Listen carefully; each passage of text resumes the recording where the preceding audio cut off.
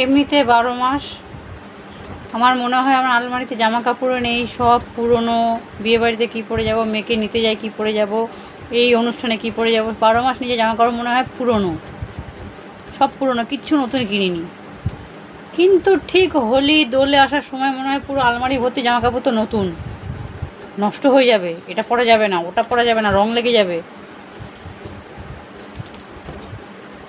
এই প্রবলেমের সলিউশন যদি কারোর কাছে থেকে থাকে আমাকে জানিও, আর এই প্রবলেম কার কার সাথে হয় সেটাও আমাকে জানিও।